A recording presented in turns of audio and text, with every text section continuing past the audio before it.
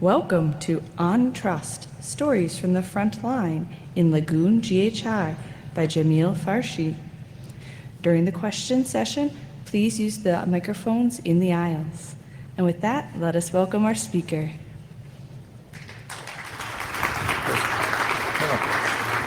Thanks.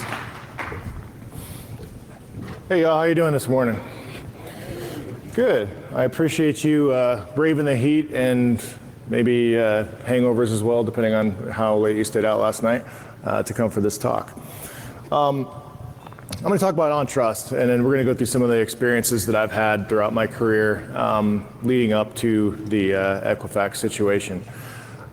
To start off, I want to talk about a day that I will not ever forget, and that day was September 7th, 2017. Started off like any other normal day.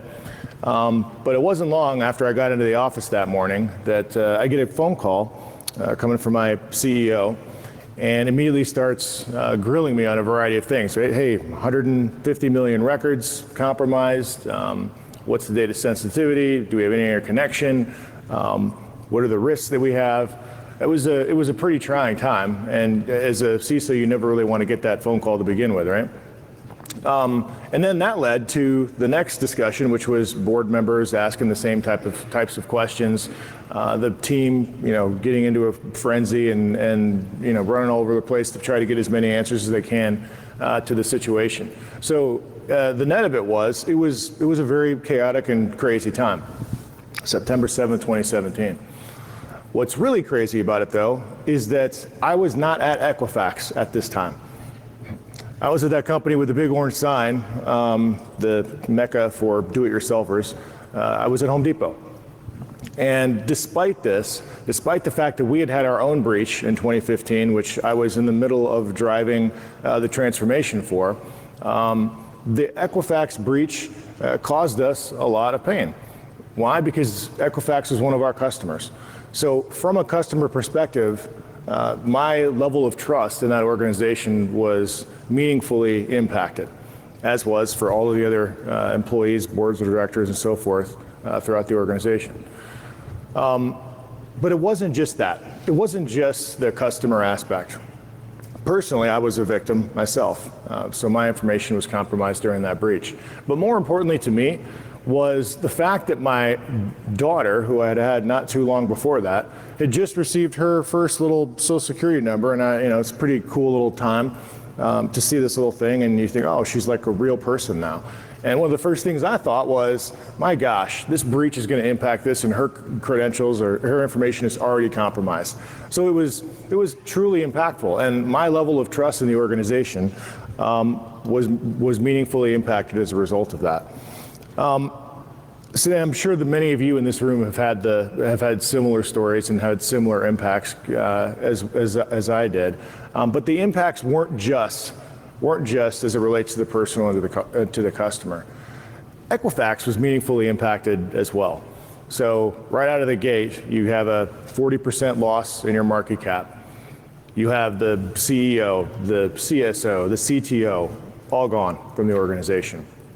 You make an incremental investment of $1.25 billion. It's a lot of money to be able to reinvest in the technology and security of the organization. And then you have all of the scrutiny. And so we dealt with a whole host of investigations as a result of the breach itself. One such investigation led me earlier this year, myself and my CEO, it was in February, led us to Washington, D.C., to the Dirksen building up there, and it was for congressional testimony for the Senate Permanent Subcommittee on Investigations. And when I'm in this meeting, you're sitting there and at the desk, and you've got all these cameras in front of you and the reporters and stuff, and you look up, and the way they set these things up is pretty intimidating. So all the senators are sitting above you, looking down. But right out of the gate, first question I get is, how many certificates were expired in 2017? Right, so they're looking into the past and trying to piece that together. The next question I get is, what have you done to improve your patching processes since we believe patching was a critical weakness for your organization? And then another one would be, if you had an outstanding asset inventory, would you have been able to stop this breach from occurring? Right, so going into the speculative piece. Now, these questions are all meaningful, and I think they're all fine. And quite frankly, in my role, I get these questions from the media, from the regulators, from our insurance underwriters, from customers, and so forth. So these aren't bad questions, and they're fairly common. I think the key thing, though, is, are they the right questions? Does it really matter when you talk about these specific controls? Does it really get to the heart of what's really going on within our industry as a whole?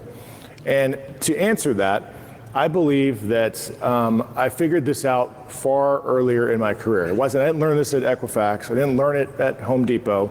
It actually goes back to my first job after I finished college, and it was at NASA. And so in 2003, I'm at NASA, and we have what I believe to be the greatest crisis I've ever faced within an organization. And it wasn't a breach. It wasn't a breach. It was the 2003 Shuttle Columbia disaster, where we lost 7 outstanding individuals by virtue of that event. Now, in the wake of that event, they put together an investigation board, and they went through all of the different causes and identified all of the different weaknesses within the situation to be able to identify the root cause.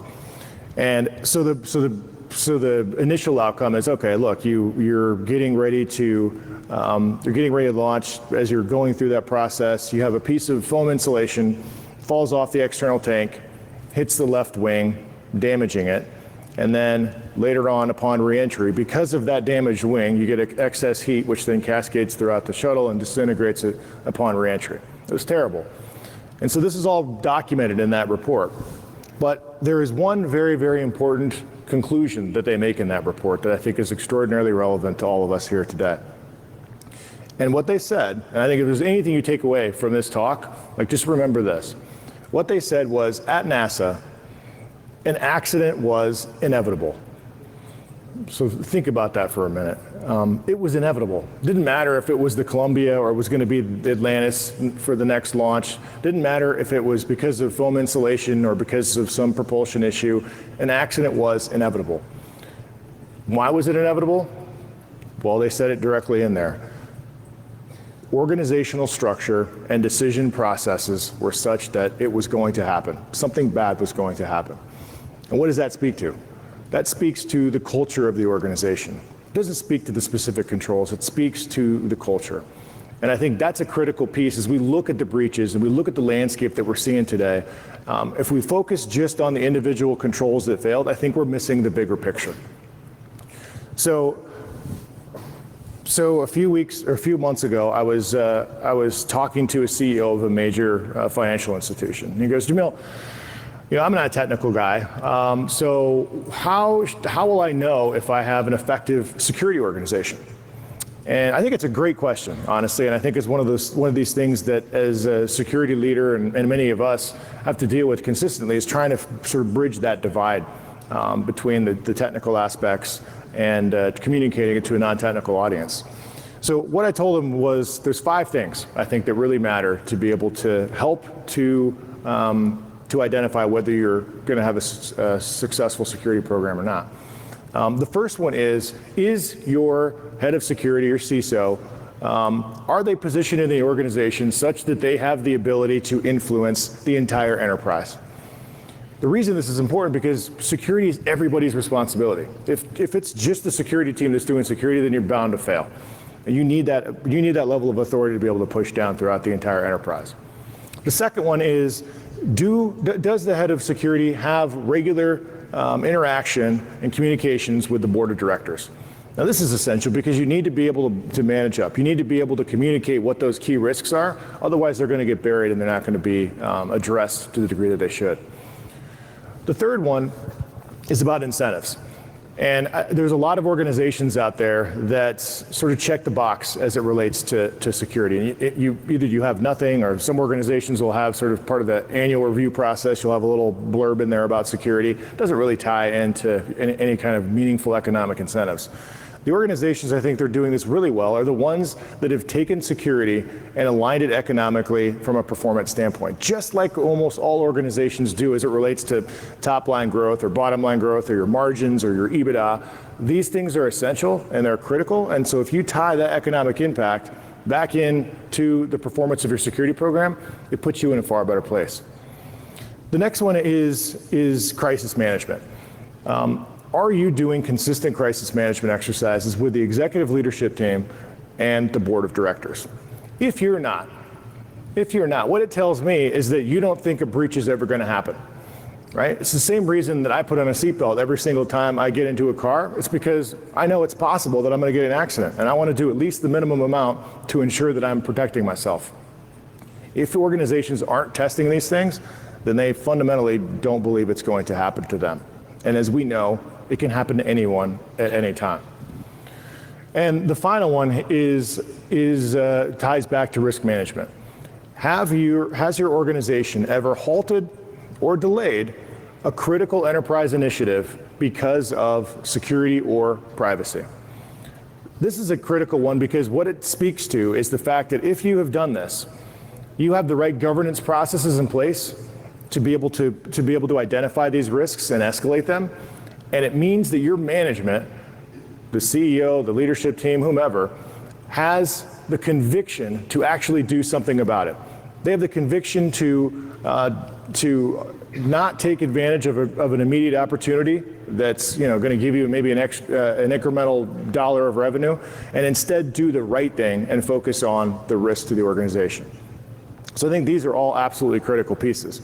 Now, think about your organizations and tell me whether you check the box on all 5 of those things. It's likely that you don't, because that's just the state of our environment today. But if you do, my argument is, even with a mediocre security team, if you have all 5 of those things checked, you have a far better chance of success. You can have the best security team ever, but if you don't have those 5 things on top of you in place, then the likelihood that you're going to be successful as a team is pretty darn low, no matter how good you are, because you're not going to have the ability to be able to drive change. Now, if you look at the studies today, most studies will say one of the top 3 things that any organization, that any board of directors or CEO cares about is going to be cybersecurity. It's crazy. I mean, with all the geopolitical risks, with the competitive challenges that organizations have, with the labor issues, cybersecurity consistently reaches one of the top 3 things. So everyone says that it's really important, right? But what really matters to me is what are you going to do about it? It's easy to talk. It's easy to say, hey, cyber keeps me up at night, privacy keeps me up at night, but actually doing something about it, putting some of these pieces in place, takes effort. And as a result, what we're seeing is a lot of people talking about things, but not actually doing them.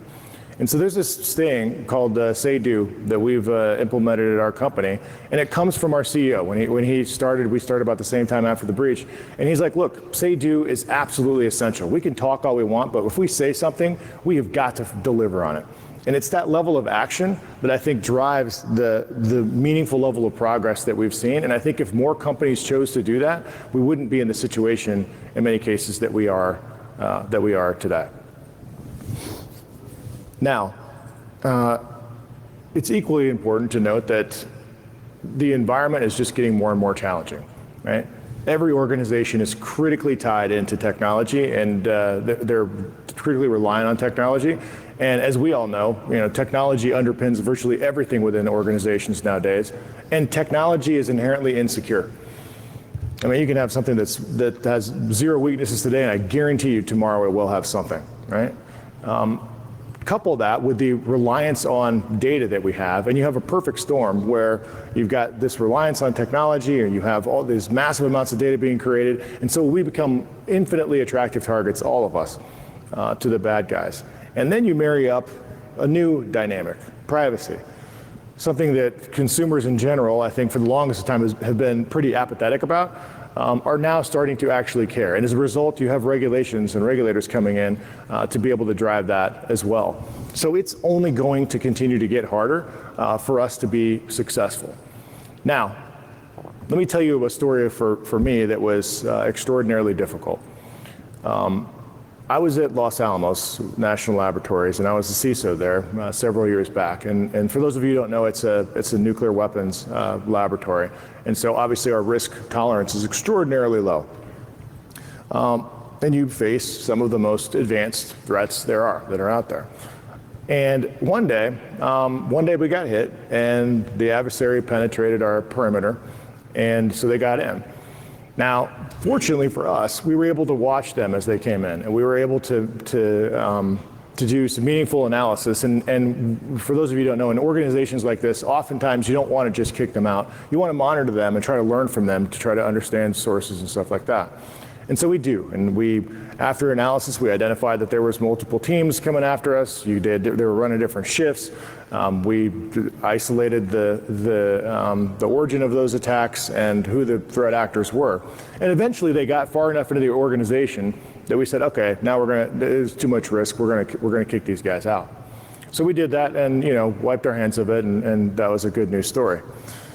The next morning, though, I get a phone call from a peer of mine at a different laboratory, and he says, Jamil, can you, we've been popped. Can you please send some of your cyber folks over here to help us out with the situation? And of course, I'm like, sure, great. So we sent them over there, and what ended up happening is that it was so bad, they ended up having to pull the plug from the entire internet for the entire laboratory for 2 full weeks. It was that bad. The interesting thing, though, is that when we went through and did the analysis, what turns out happened is that both organizations, mine as well as his, were both attacked at the exact same time. And when we stopped the attacker on our side, they diverted all of those resources and essentially amplified that attack on this other organization. Now, this is the first, we hear this thing about outrunning the bear. Right? You guys have probably all heard this. You see a bear in the woods, you don't have to outrun it. As long as you outrun your friend, they'll get eaten, you're good to go. All right? It's a great graphical image in your mind. So we've heard this, and this was the first time in my career that I'd actually seen direct evidence supporting this, right? After this occurred, I thought, geez, not only did we succeed here because we stopped these guys, we actually excelled because they got hit even harder, and so that makes us even better. And this was a huge mistake on my part. This is a big mistake because I looked at a certain set of outcomes and a certain set of data points, and I concluded one thing. But what I didn't realize at the time was that neither one of us won. Right? I didn't win. I wasn't successful because they got hit. And as a result of that, we both ended up losing this fight. And this is why I think it's so critical that we all work together to be able to raise the bar for organizations. Like if you look at things like privacy today, you have 1 or 2 organizations that maybe weren't doing the right thing. And as a result of those weaknesses, the entire industry, anyone who's related, any organization tied into privacy has been lumped in to that same bucket, whether or not they were doing good or not. The same thing applies to security. I can't think of anything worse than if one of my direct competitors was compromised, which is why we work so hard to partner with them so that we're make sure we're all raising the bar to the best degree possible. And let's be honest, does it provide any benefit to anybody if we have breaches like Marriott or the Capital One or anything like that? It doesn't help anybody. And so we tend to be in this industry, we tend to try to focus on all the bad and point the finger and say, oh, well, they should have had this control in place or that control in place. What we should be doing is working more closely with each other to be able to help raise that bar for everybody. Because if we can do that, when we see that bear, it's not going to be about us trying to outrun the person next to us. Because the reality is if that person gets eaten that's next to you, you're the next target for that bear. But if we work together, we have a fighting chance to be able to avoid any meaningful impact negatively for all parties involved. And with that, I want to close on, I think, what the most important part is. Trust starts and ends with you. I've worked in a lot of places, and I've worked with a lot of individuals. We can operate in such a way that we focus more, we're like a Pollyanna, right? Everything's fine, it'll all work out. We can be, the boy who cried wolf and say, escalate everything possible until it all becomes noise and leadership doesn't even listen to us anymore because of all the security issues we see. That's tempting sometimes, honestly, because there's a lot of vulnerabilities out there. So we can take that approach, or what we can do is we can say, look, even though I maybe don't have control over the board of directors or how exactly where I report within my organization, what we can do is we can look inside ourselves and we can say, do I embody the right attributes? Am I truly focused and am I embodying the attributes of the culture that I want to build, and do that day in and day out? I think if we all take this position, if we can work together on these challenges that we all face, let's be honest, they're all the same kind of challenges. And then we push for the kind of culture, and we start with ourselves. We fight for it tooth and nail, day in and day out, make that incremental level of progress.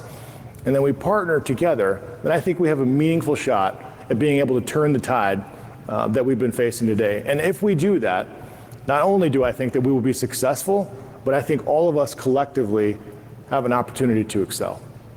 That's my talk. I appreciate the time. If there are any questions you guys have, I want to offer the opportunity for my team to work directly with yours in this partnership fashion. So please reach out via LinkedIn or send me an email or whatever, and we can work together, because I think we can turn the tide as a collective group.